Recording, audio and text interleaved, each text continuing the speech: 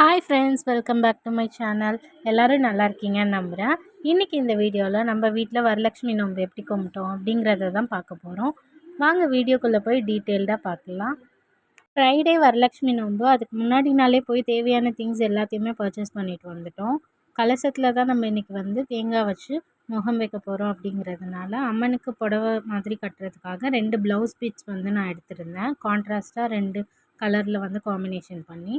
Next கலசத்துக்குள்ளே வைக்க வேண்டிய பொருட்கள் எல்லாமே வந்து நான் இங்கே வச்சுருக்கேன். ஜாதிக்காய், மாசிக்காய், பச்சை கற்பூரம், அப்புறம் மங்கள பொருட்கள்லாம் வந்து மஞ்சள், தாலிக்கயிறு, அப்புறம் எலுமிச்சம்பழம், அந்த காதோல கருமணி, அப்புறம் கிராம்பு, ஏலக்காய் இது எல்லாமே வந்து சேர்த்து கலசத்துக்குள்ளே பச்சரிசியோடு வச்சாச்சு. கூடவே தங்கம், வெள்ளி இருந்தாலும் அதையும் சேர்த்துக்கலாம்.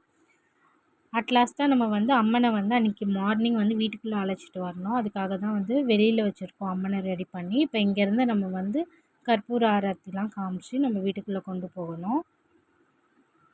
எனக்கு தெரிஞ்ச மாதிரி நான் வந்து அலங்காரம் பண்ணியிருந்தேன். பட் ஆனால் அதில் போட வேண்டிய பொருட்கள் எப்படி வைக்கணுமோ அந்த முறைப்படி தான் நானும் வச்சுருந்தேன்.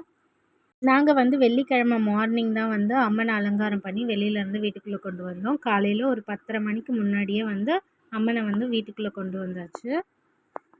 இதுதான் ஃபர்ஸ்ட் டைம் நாங்கள் வந்து முகம் வச்சு வரலட்சுமி பூஜா வந்து கொண்டாடுறது. நாங்களே அலங்காரம் பண்ணிட்டு பார்க்கும்போது அழகாக ஒரு குட்டி குழந்தை உட்காந்துட்டு இருக்க மாதிரியே இருந்துச்சு. மனசுக்கு ரொம்பவே நிறைவாக இருந்துச்சு. என்னாலேயே கொஞ்ச நேரத்துக்கு நம்ப முடியல, நாமளாக இவ்வளோ அழகாக வந்து செஞ்சுருக்கோம் அப்படின்னு.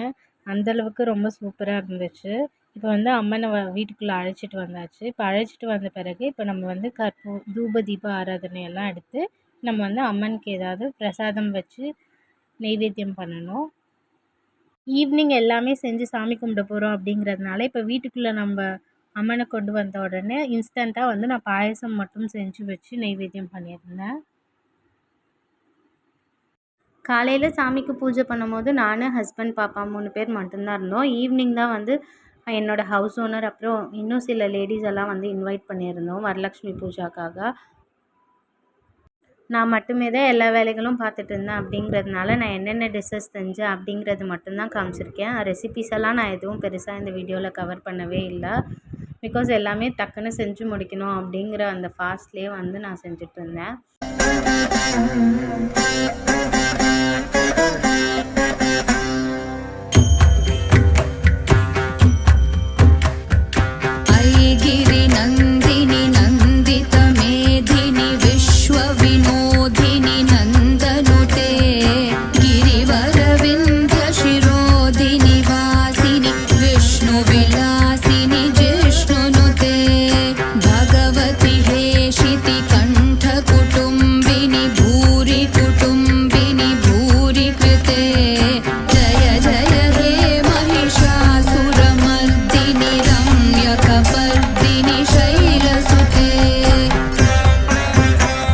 அம்மனுக்கு பின்னாடி பேக்ட்ராப் ஏதாச்சும் இருந்துச்சுன்னா நல்லாயிருக்கும் அப்படிங்கிற மாதிரி ஃபீல் ஆச்சு. உடனே நானே வந்து நம்மளே டிஐஒய் மாதிரி ஏதாச்சும் செய்யலாம் அப்படின்னு ஒரு ப்ளவுஸ் பிட்டில் கொஞ்சம் எக்ஸ்ட்ராவாக வெத்தலையெல்லாம் வாங்கி வச்சுருந்தோம். அதை வச்சு நானே வந்து ஒரு பேக்ட்ராப் மாதிரி ரெடி பண்ணி ஈவினிங் சாமி கும்பிட்றதுக்கு முன்னாடி வச்சுட்டேன்.